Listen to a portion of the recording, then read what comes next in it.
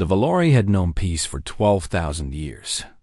Their ships were made of living crystal that grew and shaped itself over centuries. These vessels were built for discovery and friendship, never for fighting. The Valori had forgotten what war truly meant.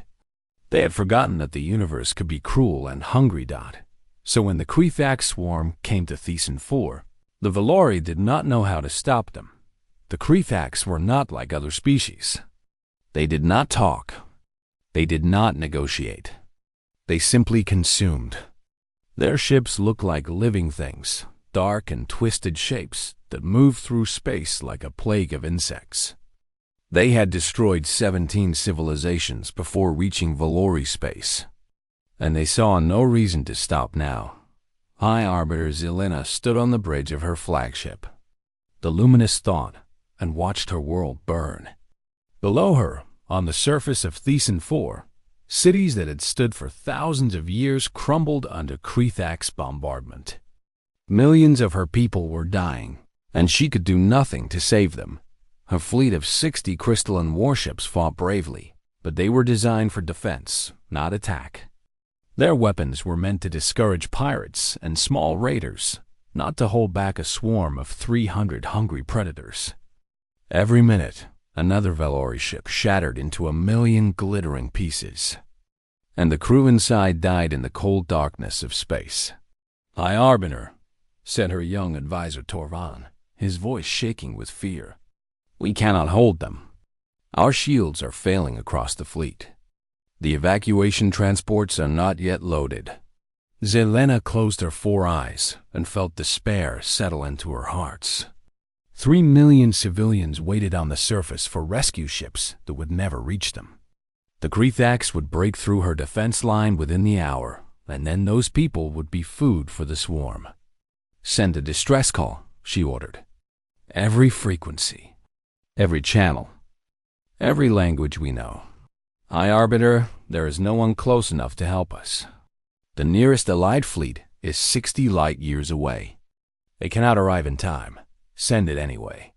Zelena's voice was tired but firm. "Perhaps someone will hear. Perhaps someone will remember that the Valori died asking for help rather than in silence." Torvan worked his console, and the message went out into the void. It traveled on radio waves and quantum frequencies and ancient channels that had not been used in centuries.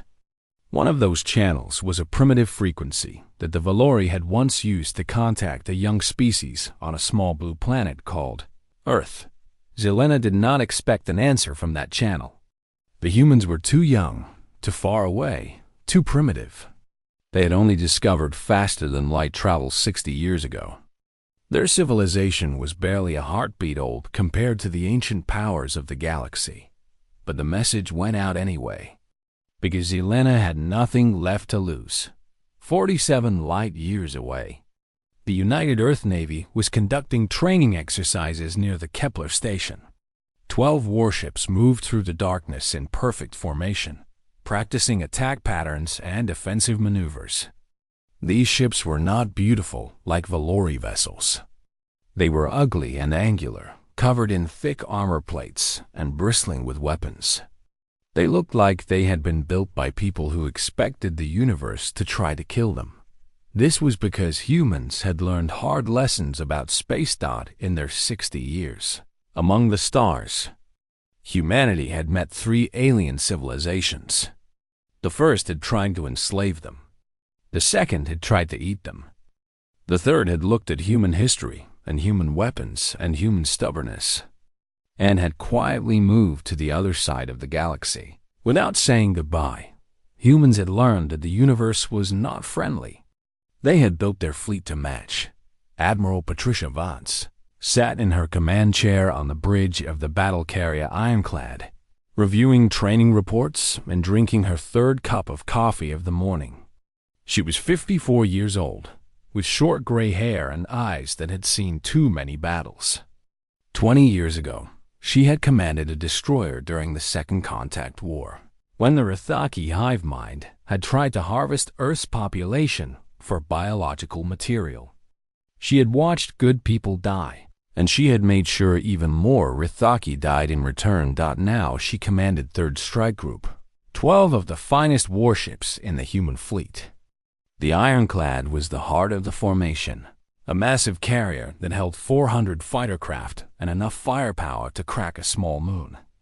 Around her flew destroyers and cruisers and frigates, each one crewed by men and women who had volunteered to stand between Earth and whatever horrors the galaxy might send. "Admiral," said Lieutenant Kevin Marsh from the sensor station. His voice carried a note of confusion. "We're receiving a transmission on old contact frequency. Translating now."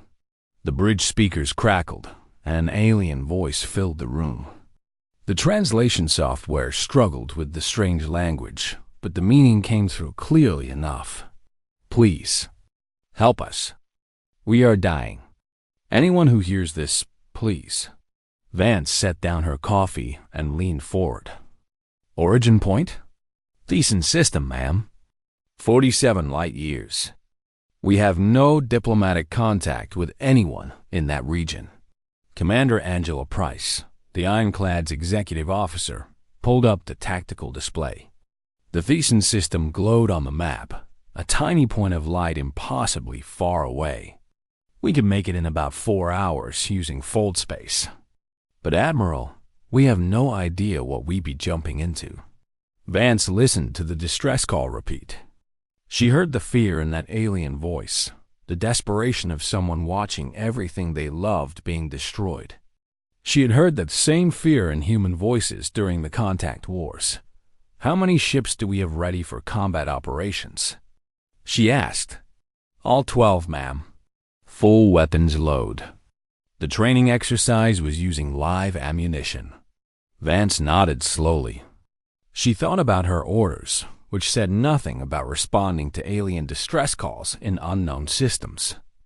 She thought about the risks of jumping blind into a combat zone. She thought about what Earth's enemies had done to human colonies before the fleet could respond. Then she thought about that voice, begging for help that would never come. "Set course for Thesan," she ordered. "All ships to battle stations. Full combat readiness." Price hesitated. "Admiral, command might. Command isn't here. We are. And someone is dying out there while we sit around talking about procedures." Vance stood up from her chair and looked around at her bridge crew. These were her people, trained and trusted. Earth answers calls for help. That's who we are. That's who we've always been. Any questions? There were no questions. The 12 warships of 3rd Strike Group turned toward the distant Thesan system. Their full drives powered up, bending space around them, and one by one they vanished from Kepler space. They left nothing behind but fading engine trails and a brief message to command explaining where they had gone and why help was coming to Thesan 4. The Valori did not know it yet, but they were about to learn what Earth sent to answer a distress call. The fold space jump took 3 hours and 47 minutes. During that time, Admiral Vance gathered her captains for a briefing via holographic link. 12 faces appeared around the conference table on the ironclad, each one showing a different mix of excitement and concern. "We've almost no information about what we're jumping into," Vance told them honestly. The distress call mentioned attackers, but gave no details about numbers or capabilities. "We could be facing anything from pirates to a full invasion fleet." Captain Maria Santos of the destroyer Defiant leaned forward. She was a small woman with fierce eyes and a reputation for aggressive tactics. "Rules of engagement, Admiral? Simple. Anyone shooting at civilians or ships asking for help is hostile. We protect the innocent and we destroy the threat." Questions? Captain Danny Rodriguez of the destroyer Valiant raised his hand. He was an older man, close to retirement, with a daughter who had just graduated from the academy. "What if we're outnumbered? Then we make them pay for every inch." Vance's voice was hard. "I won't lie to you.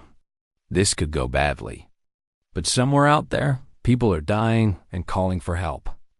I couldn't live with myself if I ignored that call. I don't think any of you could either. The captains nodded. They were Earth officers. They understood that the ironclad emerged from fold space first, followed seconds later by the rest of Third Strike Group. What they found made even the most experienced officers gasp. Thesan 4 was dying. The planet filled the main view screen. A world of blue oceans and green continents now covered in spreading patches of black and red. Smoke rose from burning cities. The atmosphere was thick with debris from destroyed ships and orbital stations. And surrounding everything, moving like a living cloud of death, was the Krethak swarm. Lieutenant Kevin Marsh ran the numbers on his console. I'm reading approximately 300 hostile contacts, Admiral. Organic ship configurations, no metal hulls. They're surrounding a cluster of crystalline vessels near the planet's northern pole. The defenders? Maybe 60 ships still active, ma'am. They're taking heavy casualties. I'm seeing debris fields consistent with at least 40 destroyed vessels in the last few hours alone. Commander Price studied the tactical display with growing horror. They're clustering around a group of larger ships. Those must be evacuation transports. They're trying to protect the civilians. On the view screen, a crystalline warship took 3 direct hits and shattered like a dropped glass. Bodies and debris scattered into the void. Another defender moved to fill the gap, but it was clearly damaged and struggling. Vance felt cold anger settle into her chest. She had seen this before. During the contact wars, the Rethaki had done the same thing to human colonies. They had hunted down the evacuation ships first because they wanted the population alive for harvesting. The memory of what they had found in those captured transports still gave her nightmares. Open a channel, she ordered. All frequencies. I want everyone in this system to hear me. Channel open, Admiral. Vance stood up straight and spoke clearly. Attention all vessels in the Thesan system. This is Admiral Patricia Vance of the United Earth Navy battle carrier Ironclad. We have received your distress call and we are here to help. She paused, letting her words carry across the void. To the hostile forces attacking this system, you have 60 seconds to break off your assault and withdraw. If you do not comply, we will destroy you. This is your only warning. She switched to a tighter beam aimed at the crystalline fleet. Defending ships, we are friendly. Get your civilian transports behind our formation. We will cover your evacuation. For a long moment, nothing happened. Then the Krethak swarm responded. A wave of smaller attack craft broke away from the main fleet and accelerated toward the human formation. They moved in a chaotic pattern, thousands of individual units acting as one hungry organism. Behind them, the larger Krethak's vessels continued their assault on the Valori defenders. They're not retreating, Admiral. Lieutenant Commander Ryan Ortiz reported from the tactical station. Attack wave incoming. Approximately 800 small craft, 60 seconds to weapons range. Vance smiled grimly. They chose wrong. All ships, weapons free. Launch all fighter wings. Show them what they're dealing with. The Ironclad shuddered as her massive railgun batteries powered up. Along her flanks, launch tubes opened and fighter craft poured out into space.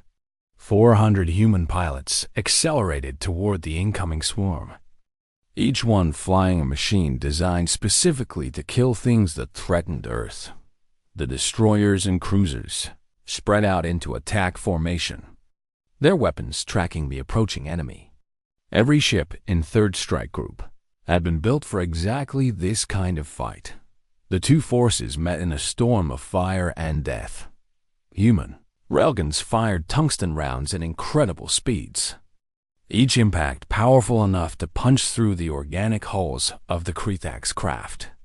Missiles streaked through the void, their warheads designed to burn hot enough to cook biological material. Laser batteries swept across the swarm, cutting attack craft in half by the dozens. The Krethaks died by the hundreds, but they kept coming. Their weapons were different from anything humans had faced before. They fired streams of acidic material that ate through armor, and they launched biological projectiles that tried to burrow into ship hulls. Several human fighters took hits and spiraled away, their pilots ejecting into the cold of space. On the bridge of the Ironclad, Vance watched the battle unfold on the tactical display. Her ships were holding the line, but the Krethaks' numbers were staggering. For everyone they killed, 2 more seemed to take its place. "The Valori are moving," Price reported. "Their transports are heading for the jump point. Their warships are covering the retreat." "Good, that's what we needed." Vance turned to her communications officer. "Get me a link to the Valori flagship." A moment later, an alien face appeared on her screen. The creature had 4 eyes set in a narrow, elegant face, with skin that seemed to shimmer with inner light. She looked exhausted and afraid, but there was hope in those strange eyes now. "Human Admiral," the alien said. "I am High Arbiter Zelena of the Valori Collective. We did not expect anyone to answer our call." "We heard you asking for help," Vance replied simply. "We came. Now get your people out of here. We'll hold these things off. There are hundreds of them. You have only 12 ships. 12 human ships." Vance allowed herself a small smile. "That's more than enough. Move your civilians, High Arbiter. We'll keep the monsters busy." She closed the channel and turned back to the battle. The Krethaks had realized that the humans were a greater threat than the fleeing Valori. More of their ships were turning toward Third Strike Group now, abandoning their assault on the evacuation convoy to deal with this new enemy. "All ships, advance," Vance ordered. "We push into them. We draw their attention. Every minute we buy is another transport that gets away." The human fleet moved forward into the swarm, guns blazing, fighters swirling around them in protective patterns. They had come to save strangers, and they would not stop until the job was done, or they had nothing left to give. The Battle of Thiessen IV had begun in earnest.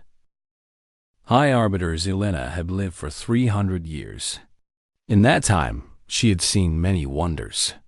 She had watched stars being born in distant nebulae. She had walked on worlds where the flowers sang and the rivers flowed with liquid light. She had met dozens of alien species and learned their languages and their customs, but she had never seen anything like the humans. From the bridge of the luminous thought, she watched the 12 alien warships tear into the Krethak swarm with a violence that shocked her to her core. The Valori had been peaceful for so long that they had forgotten what real warfare looked like. Now she was being reminded. The human ships did not fight like any civilization she had studied. Most advanced species used elegant weapons and precise tactics. They tried to minimize destruction and end conflicts quickly. The humans seemed to have a different philosophy entirely.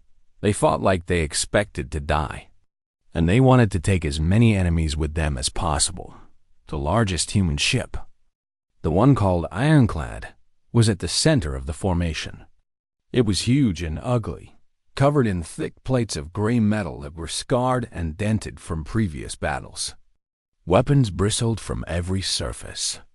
As Zelena watched, the Ironclad fired a volley from its main guns that destroyed 6 Krethaks vessels in a single burst.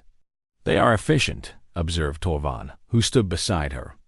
His voice was quiet, almost frightened. "I have never seen weapons that powerful on a ship that size."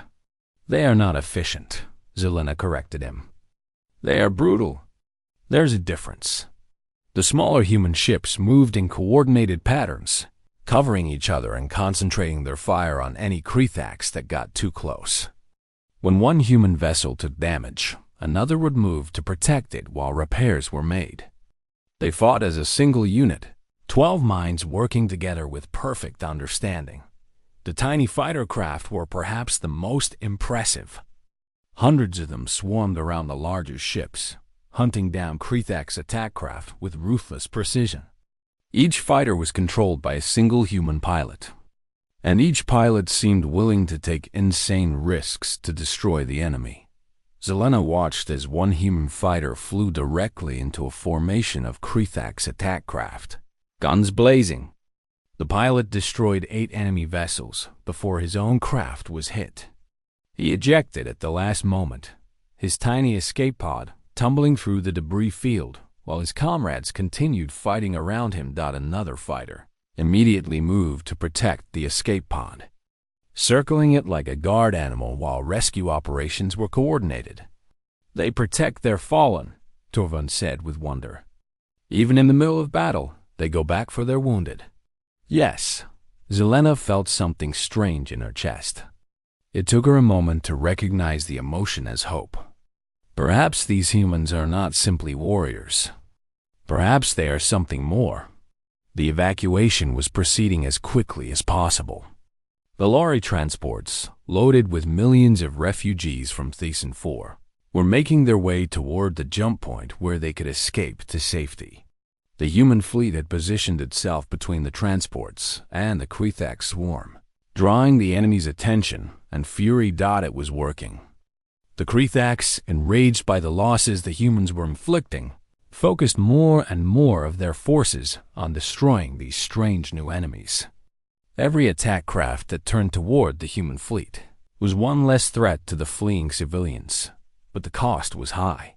Zelena watched as a human destroyer, one of the smaller warships, took a direct hit from a Krethak's heavy weapon. The ship's hull ruptured along its length, venting atmosphere and debris into space. For a moment, she thought it was destroyed. Then, impossibly, the ship continued firing. Its weapons tracked and killed 2 more Krethak's vessels, even as emergency crews struggled to seal the breach. "High Arbiter," her communications officer called. "The human admiral is requesting a direct link. Accept it." Admiral Vance's face appeared on the screen. She looked tired, and there was a cut on her forehead that was bleeding freely, but her eyes were still hard and focused. Behind her, Zelena could see the human bridge crew working frantically at their stations. "High Arbiter, what's the status of your evacuation?" 60% of our civilian transports have reached the jump point. Another 40 minutes, and we will have everyone clear." "Understood. We'll hold." Vance paused as her ship shook from an impact. "My tactical officer tells me the swarm is getting more aggressive. They're throwing everything they have at us now. I think we made them angry. Admiral, your ships are taking severe damage. Perhaps you should..." "Should what?" Vance's voice was sharp. "Should retreat? Should leave your people to die so we can save ourselves?" She shook her head. "That's not how we do things. You asked for help. We came. We're not leaving until the job is done." Zelena did not know what to say. In 300 years, she had never met anyone like this human. The Valori valued peace and harmony and cooperation. They avoided conflict whenever possible.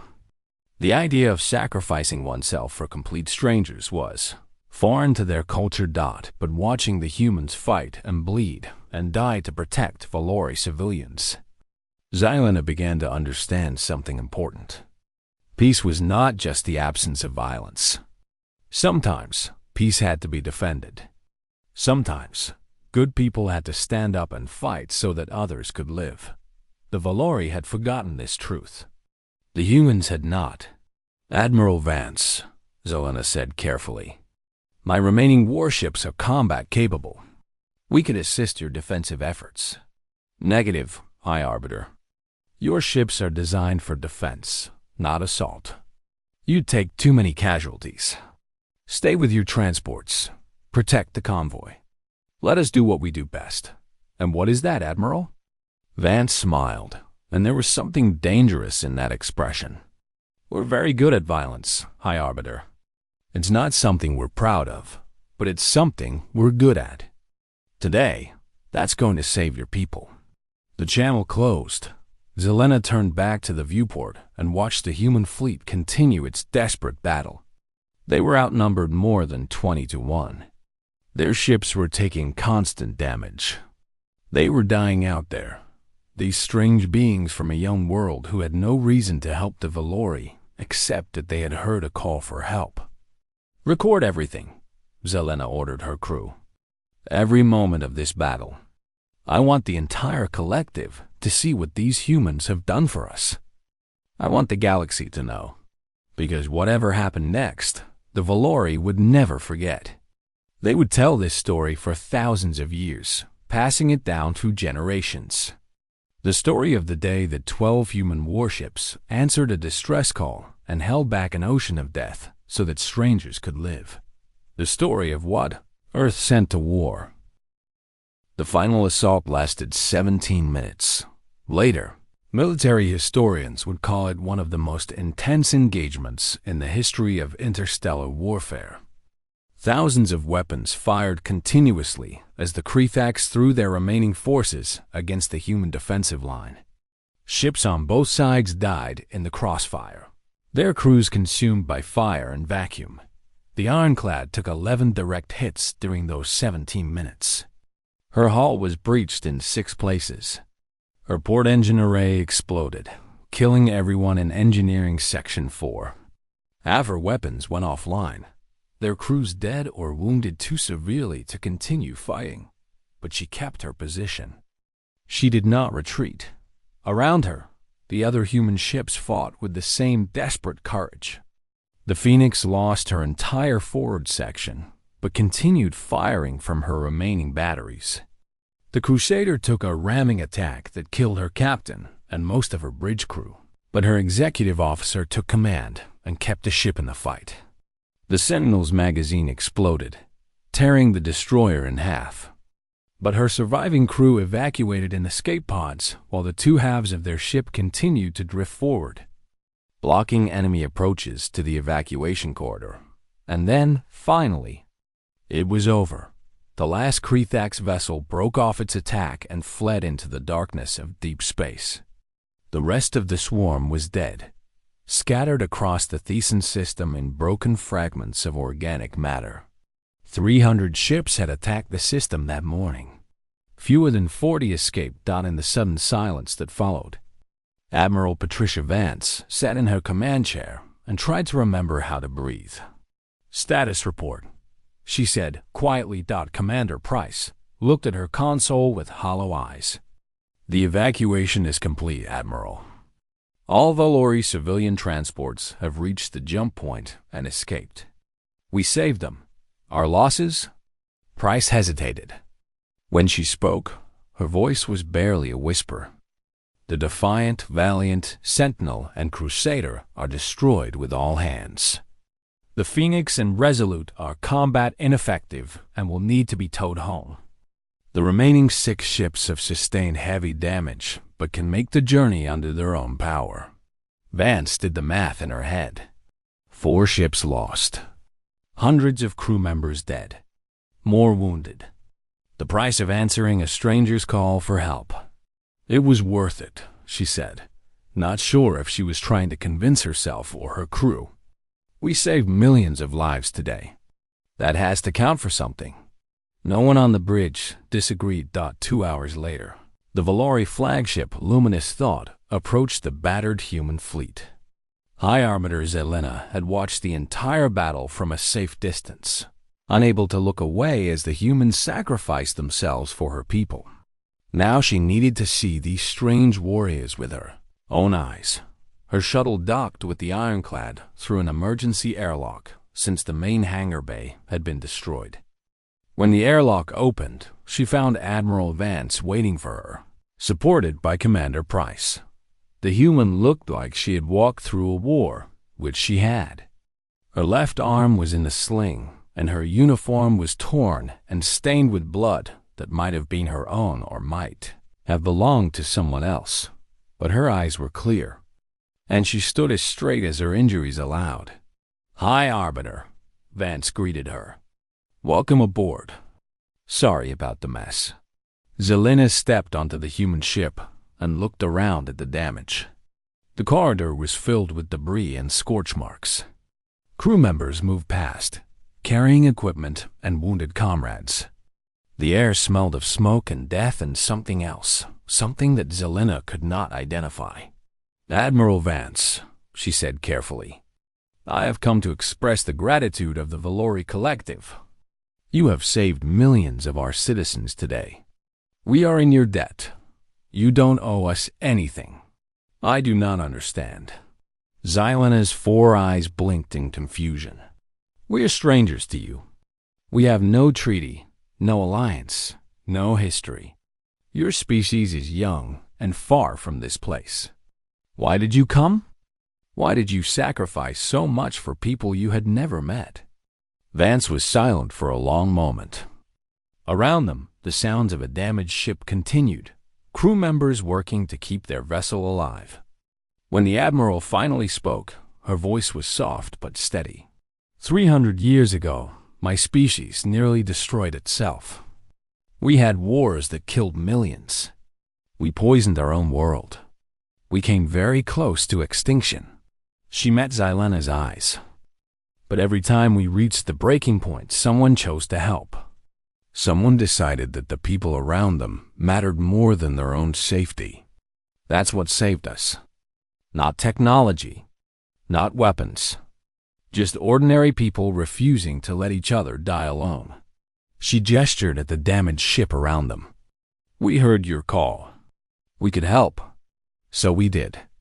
That's all there is to it. But your losses will be remembered. Every name will be carved in stone on Earth. Every family will be honored. That's how we treat our heroes." Vance's expression hardened slightly. "And the next time someone calls for help, we'll answer again. That's the promise Earth makes to the galaxy, whether the galaxy wants it or not." Xylena stood in silence, processing what she had heard. The Valori were an ancient people who prided themselves on their wisdom and their culture. They had looked down on younger species for thousands of years, viewing them as primitive and violent.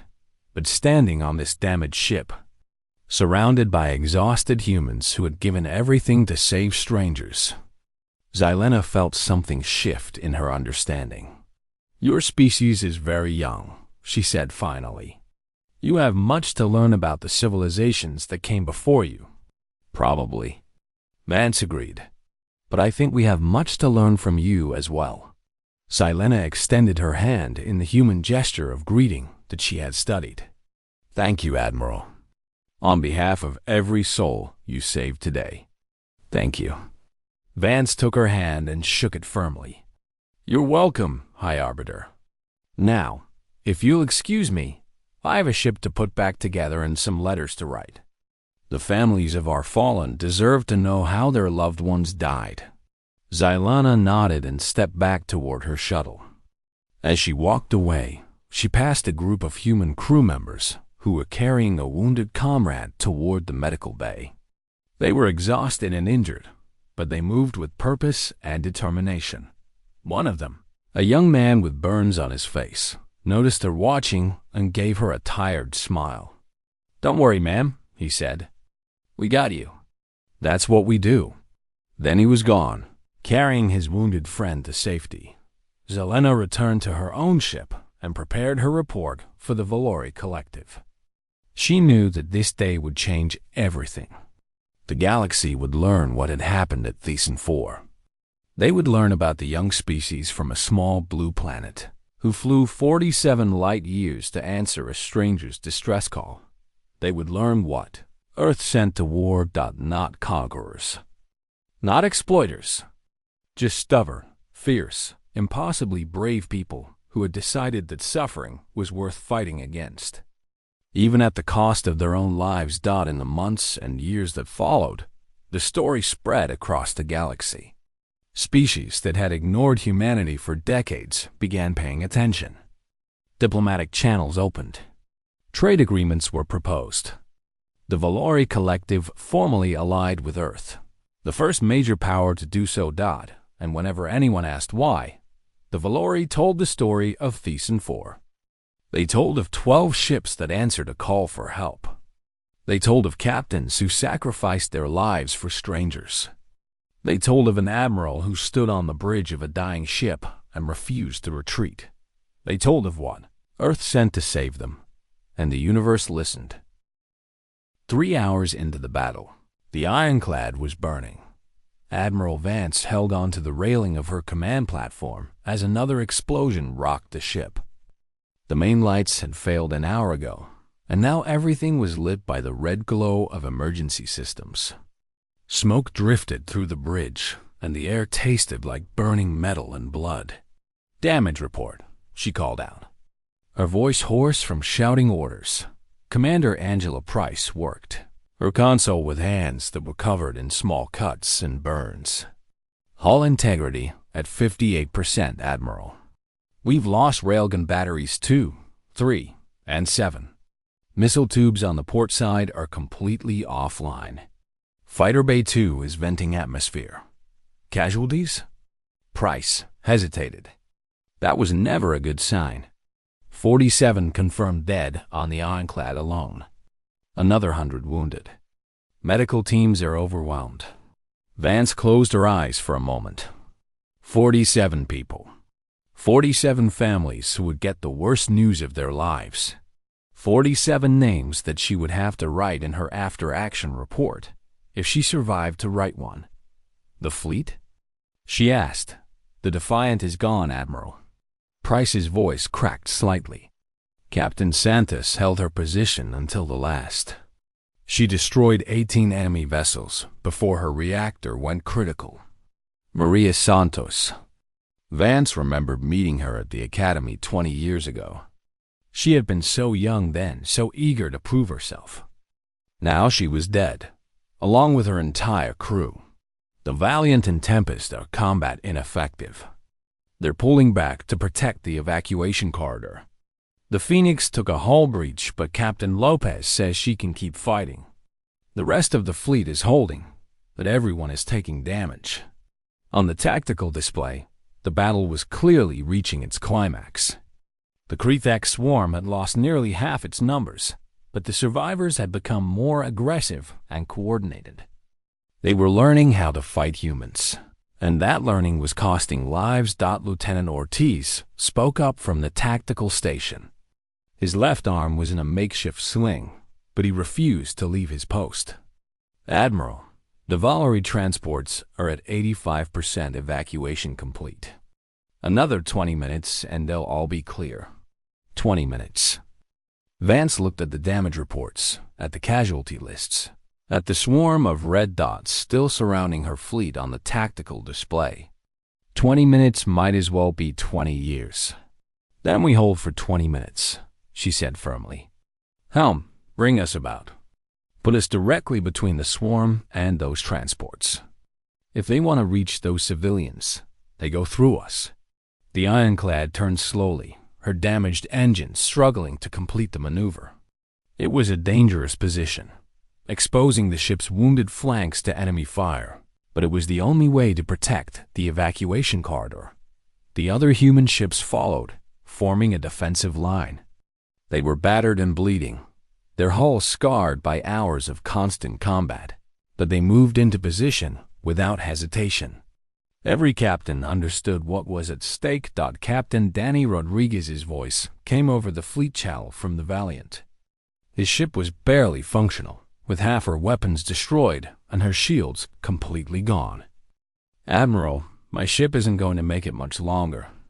Request permission to advance ahead of the formation." Vance knew what he was asking. The Valiant would act as a shield, absorbing enemy fire meant for the other ships. It was a suicide mission. "Danny, you don't have to do this." "I know, ma'am. But if my ship is going to die today, I'd rather she dies protecting something worth saving." There was a pause.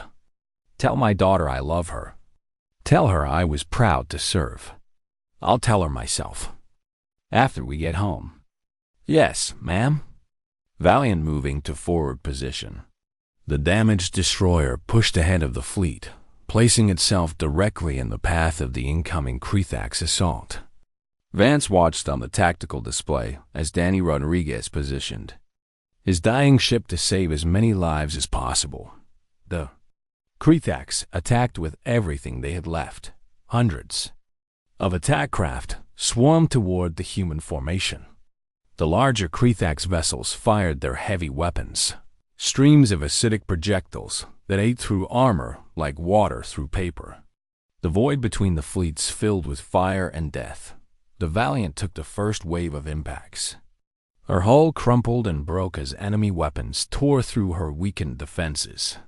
But even as she died, her remaining guns kept firing. Captain Rodriguez and his crew fought to the last breath, taking dozens of enemy ships with them into the darkness. When the Valiant finally went silent, there was nothing left but scattered debris and the memory of a brave crew. "All batteries, fire at will," Vance shouted. "Make them pay for the Valiant." The human fleet responded with fury. Every weapon that still functioned opened fire on the advancing swarm. Railguns tore through organic hulls. Missiles exploded among packed formations of attack craft. Laser batteries swept across the enemy ranks like burning scythes. The Krethax died by the hundreds, but they kept coming. They were desperate now, throwing themselves at the human ships with no regard for their own survival. Several Krethax vessels attempted ramming attacks, driving their organic forms directly into the human warships. One of them struck the cruiser Resolute. The impact tore through the ship's hull and killed 60 crew members instantly. But the Resolute kept fighting. Her captain, a young woman named Patricia Cole, who had been in command for only 6 months, rallied her surviving crew and maintained her position in the line. On the ironclad's bridge, the situation was growing critical. More systems were failing with each passing minute. The ship's artificial gravity flickered, and several crew members who weren't strapped down floated briefly before the backup systems kicked in. "Admiral," Lieutenant Marsh called out, "I'm reading a massive energy buildup in the main Krethax formation. Something big is coming." Vance looked at the tactical display and felt her heart sink. The remaining Krethax were gathering together, combining their forces for one final assault. They were going to hit the human fleet with everything they had left, and in their current state, the humans might not survive it. "How long until the civilian transports are clear?" she demanded. 12 minutes, Admiral. 12 minutes. Vance looked around at her bridge crew. They were exhausted, wounded, scared. They had been fighting for hours against impossible odds. But not one of them looked ready to quit. She keyed the fleet-wide channel. "All hands, this is the Admiral. I know we're hurt. I know we've lost friends. I know some of you are wondering if we can hold on much longer." She paused, gathering her thoughts. "But those people behind us, the ones we came to save, they're counting on us. They're someone's family, someone's children, someone's future. We didn't fly 47 light years to let them down." She straightened in her chair, ignoring the pain in her left arm where a piece of shrapnel had torn through her uniform. Earth remembers her heroes. Earth honors those who stand for what's right. Today, we stand. We hold. We fight. And we do not let those people die. All batteries, prepare for sustained fire. For Earth, for the fallen, for everyone we're protecting. The acknowledgments came back from across the fleet. Tired voices filled with renewed determination. The Krethax swarm began its final charge, and the humans met them with fire.